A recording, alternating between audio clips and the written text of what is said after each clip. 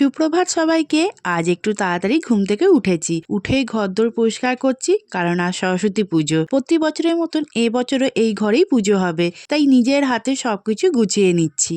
আর সেই সঙ্গেই তোমাদের সঙ্গে কিছু কথা শেয়ার করছি এই ভিডিওতে।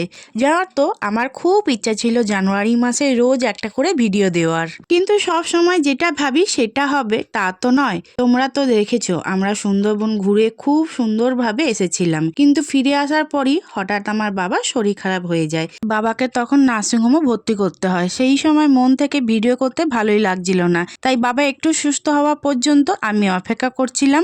আজকে এই সরস্বতী পুজোটাও আসলে কোনো প্ল্যান ছিল না করার, কিন্তু বাবা বলল আমি এখন ভালো আছি, আমাদের বাড়িতে সরস্বতী পুজোটা হবে। তাই আগের দিনে রাতেই সব কেনাকাটা করে নিয়ে এসেছিলাম, আর আজ দেখো নিজের হাতে জোগাড় করে পুজোর আয়োজন করলাম। এবারে আমি প্রমিস করছি রোজ একটা করে ভিডিও অবশ্যই ছাড়বো।